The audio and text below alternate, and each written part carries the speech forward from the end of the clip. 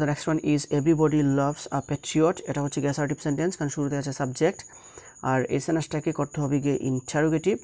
আর assertive সেন্টেন্সকে interrogative করার সময় বাক্যের মধ্যে যদি এভরিবডি, এভরিওয়ান অথবা অল থাকে তাহলে এদের পরিবর্তে আমাদেরকে ব্যবহার করতে হবে গিয়ে হু ডাজ নট। আর সেজন্য এই সেন্টেন্সটাতে এভরিবডি থাকার কারণে আমরা ব্যবহার করেছি who does not. So everybody loves a patriot, এটাকে ইন্টারোগেটিভ করলে হবে who does not love a patriot. তারপর অ্যাসার্টিভ টু ইন্টারোগেটিভের আরও একটি ইম্পর্টেন্ট রুলস হচ্ছে যে বাক্যের মধ্যে যদি নোবডি, নো ওয়ান অথবা নান থাকে তাহলে ইন্টারোগেটিভ করার সময় শুধুমাত্র হু বসে। আই রিপিট, বাক্যের মধ্যে যদি নোবডি, নো ওয়ান অথবা শুধুমাত্র নান থাকে তাহলে ইন্টারোগেটিভ করার সময় শুধুমাত্র হু বসে। For example, nobody will ever trust a cheater, এটা হচ্ছে অ্যাসার্টিভ সেন্টেন্স, কারণ শুরুতে আছে সাবজেক্ট আর অ্যাসার্টিভ সেন্টেন্সের শুরুতেই সাবজেক্ট থাকে। আর এই সেন্টেন্সটাকে করতে হবে গিয়ে ইন্টারোগেটিভ। আর অ্যাসার্টিভ সেন্টেন্সকে ইন্টারোগেটিভ করার সময় বাক্যের মধ্যে যদি নোবডি, নো ওয়ান অথবা নান থাকে তাহলে শুধুমাত্র হু ব্যবহার করতে হবে। আর সেজন্য এই সেন্টেন্সটাতে নোবডি থাকার কারণে আমাদেরকে ব্যবহার করতে হবে শুধুমাত্র who. So nobody will ever trust a cheater, এটাকে ইন্টারোগেটিভ করলে হবে who will ever trust a cheater. Now the next one is nobody could ever count my love for you, এটা হচ্ছে গিয়ে অ্যাসার্টিভ সেন্টেন্স, কারণ শুরুতে আছে সাবজেক্ট আর এই সেন্টেন্সটাকে করতে হবে গিয়ে ইন্টারোগেটিভ। আর অ্যাসার্টিভ সেন্টেন্সকে ইন্টারোগেটিভ করার সময় বাক্যের মধ্যে যদি নোবডি, নো ওয়ান অথবা নান থাকে তাহলে শুধুমাত্র হু ব্যবহার করতে হবে। আর সেজন্য এই সেন্টেন্সটাতে নোবডি থাকার কারণে আমাদেরকে এখন ব্যবহার করতে হবে গিয়ে শুধুমাত্র who. So nobody could ever count my love for you, এটাকে ইন্টারোগেটিভ করলে হবে who could ever count my love for you. The next example is nobody wants to die, এটা হচ্ছে গিয়ে অ্যাসার্টিভ সেন্টেন্স, কারণ শুরুতে আছে সাবজেক্ট আর এই সেন্টেন্সটাকে করতে হবে গিয়ে ইন্টারোগেটিভ। আর অ্যাসার্টিভ সেন্টেন্সকে ইন্টারোগেটিভ করার সময় বাক্যের মধ্যে যদি নোবডি, নো ওয়ান অথবা নান থাকে তাহলে এদের পরিবর্তে শুধুমাত্র হু বসাতে হয়। আর সেজন্য এই সেন্টেন্সটাতে নোবডি থাকার কারণে আমাদেরকে ব্যবহার করতে হবে শুধুমাত্র who. So nobody wants to die, এটাকে ইন্টারোগেটিভ করলে হবে হু ওয়ান্টস টু ডাই। তারপরে সেন্টেন্সটা হচ্ছে নোবডি ট্রাস্টস আ লায়ার, এটা হচ্ছে গিয়ে অ্যাসার্টিভ সেন্টেন্স, কারণ শুরুতে আছে সাবজেক্ট আর অ্যাসার্টিভ সেন্টেন্সের শুরুতেই সাবজেক্ট থাকে। আর এই সেন্টেন্সটাকে করতে হবে গিয়ে ইন্টারোগেটিভ। আর অ্যাসার্টিভ সেন্টেন্সকে ইন্টারোগেটিভ করার সময় বাক্যের মধ্যে যদি নোবডি, নো ওয়ান অথবা নান থাকে তাহলে শুধুমাত্র হু ব্যবহার করতে হবে। আর সেজন্য এই সেন্টেন্সটাতে নোবডি থাকার কারণে আমাদেরকে ব্যবহার করতে হবে শুধুমাত্র who. So nobody trusts a liar, এটাকে ইন্টারোগেটিভ করলে হবে হু ট্রাস্টস আ লায়ার। তারপর সেন্টেন্সটা হচ্ছে no one hits accurately every time, এটা হচ্ছে গিয়ে অ্যাসার্টিভ সেন্টেন্স, কারণ শুরুতে আছে সাবজেক্ট আর এই সেন্টেন্সটাকে করতে হবে গিয়ে ইন্টারোগেটিভ। আর অ্যাসার্টিভ সেন্টেন্সকে ইন্টারোগেটিভ করার সময় বাক্যের মধ্যে যদি নোবডি, নো ওয়ান অথবা নান থাকে তাহলে শুধুমাত্র হু ব্যবহার করতে হবে।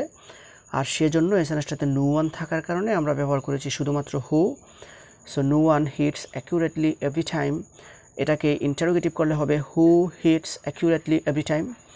The next one is no one can do this, এটা হচ্ছে গিয়ে অ্যাসার্টিভ সেন্টেন্স, কারণ শুরুতে আছে সাবজেক্ট আর এই সেন্টেন্সটাকে করতে হবে গিয়ে ইন্টারোগেটিভ।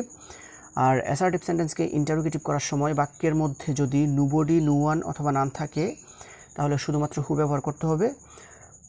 আর সেজন্য এই সেন্টেন্সটাতে নো ওয়ান থাকার কারণে আমাদেরকে ব্যবহার করতে হবে শুধুমাত্র who. So no one can do this, এটাকে ইন্টারোগেটিভ করলে হবে who can do this.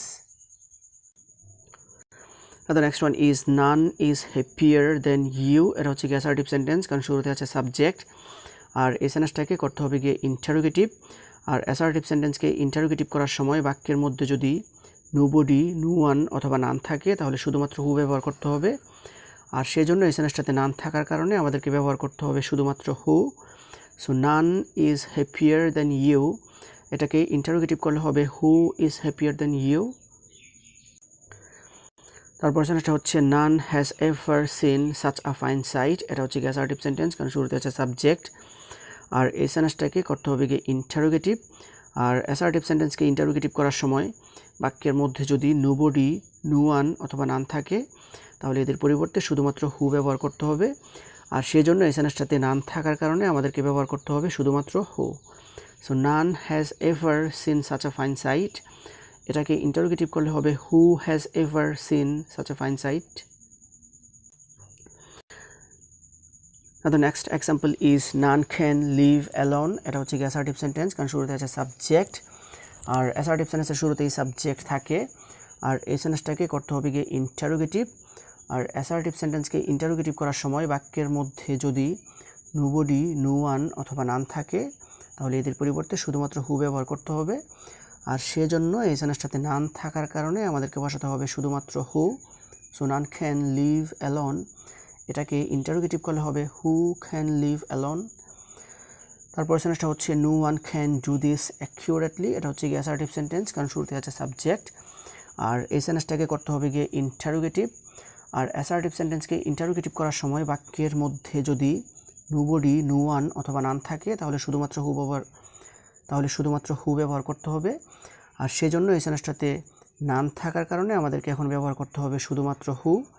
So no one can do this accurately, এটাকে ইন্টারোগেটিভ করলে হবে who can do this accurately.